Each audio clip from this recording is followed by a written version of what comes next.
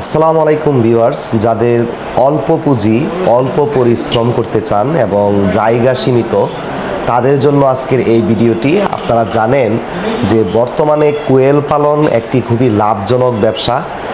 প্রিয় খামারিবৃন্দ, আপনারা জেনে থাকবেন যে কোয়েল পাখি কিন্তু সাইজের তুলনায় অনেক শক্ত একটি পাখি এবং হাইলি রিপ্রোডাক্টিভ পটেনশিয়াল তার রয়েছে। আপনারা এই পাখিটিকে 4 থেকে 5 সপ্তাহে আপনারা মাংস হিসাবে বিক্রি করতে পারবেন। তাছাড়াও প্রেগনেন্ট যারা মহিলা রয়েছেন এবং অসুস্থ যে আমাদের ব্যক্তিবৃন্দ রয়েছেন তাদের জন্য কিন্তু কোয়েল পাখির মাংস খুবই উপকারী।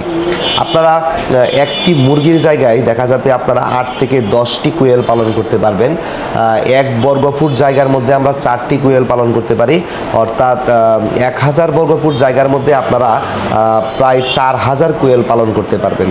তাহলে আপনারা এছাড়াও 23,000 থেকে 26,000 টাকার মধ্যে আপনারা 1000 কোয়েল পালার খাঁচা পাওয়া যাবে।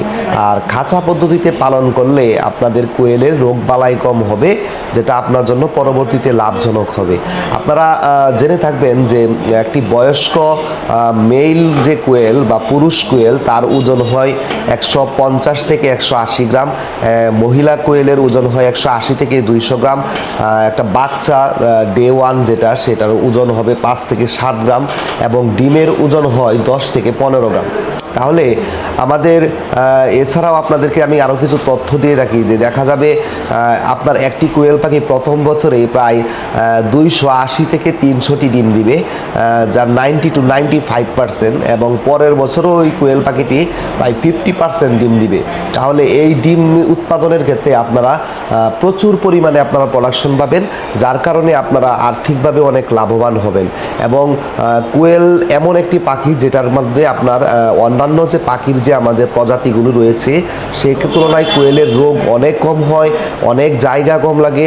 আপনার স্বল্প যদি পুঁজি থাকে, আপনি একটি উদ্যোক্তা হতে চান বা একটি খামারকে আপনারা সামনের দিকে এগিয়ে নিতে যেতে চান, তাহলে অবশ্যই আমি আপনাদেরকে অনুপ্রেরণা দিব, আপনারা কোয়েল পালনের দিকে আপনারা ধাবিত হতে পারেন।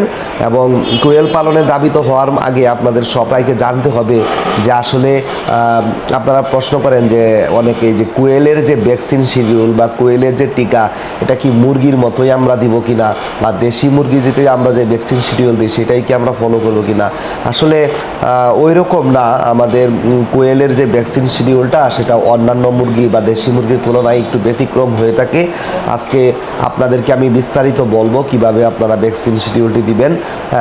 কোয়েলের ক্ষেত্রে আপনাদের প্রথমেই মনে রাখতে হবে যে আমরা প্রথম যে ভ্যাকসিনটি দেই সেটি হচ্ছে আইবি প্লাস হচ্ছে এনডি। আইবি মানে হচ্ছে ইনফেকশিয়াস ব্রঙ্কাইটিস আর এনডি হচ্ছে আপনার রানীক্ষেত ভ্যাকসিন। এই ভ্যাকসিনটি আমরা সাধারণত 3 থেকে 5তম দিনে আমরা দিয়ে থাকি। এই ভ্যাকসিনটি আপনারা বাজারে বিভিন্ন কোম্পানিতে পাওয়া যায়, আইবি প্লাস এনডি ভ্যাকসিন নামে। আপনারা যে কোনো একটি ভ্যাকসিন দিবেন। এছাড়া আপনারা 10তম দিনে দিবেন হচ্ছে গাম্বুরো ভ্যাকসিন। এই ভ্যাকসিনটি আপনারা দিবেন এবং 17তম দিনে হচ্ছে আপনারা আবার গাম্বুরোর বুস্টার ভ্যাকসিনটি দিবেন এবং 60 দিন পর পর আপনারা আবার লাইভ রানীক্ষেত টিকা দিবেন।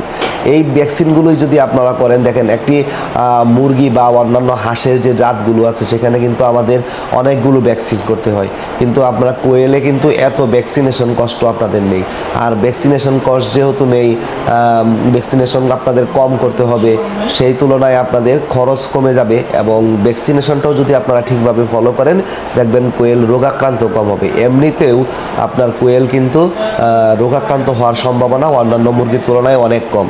সো আমি আশা করি যে ভ্যাকসিন শিডিউলটি আমি আপনাদেরকে বললাম, অর্থাৎ 3 থেকে 5তম দিনে আইবি প্লাস এনডি, 10তম দিনে গাম্বুরো, 17তম দিনে আবার গাম্বুরোর বুস্টার ডোজ এবং 60তম দিনের পরপর অর্থাৎ 60 দিন পরপর আপনারা লাইভ রানীক্ষেত টিকাটি দিবেন।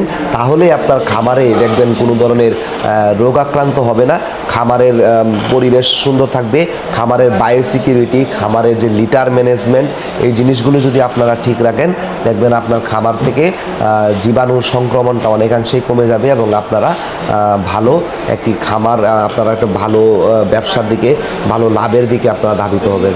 তো এই ছিল আজকের ভিডিওতে। আমরা পরবর্তীতে কোয়েলের আরও বিভিন্ন রোগ নিয়ে আলোচনা করব।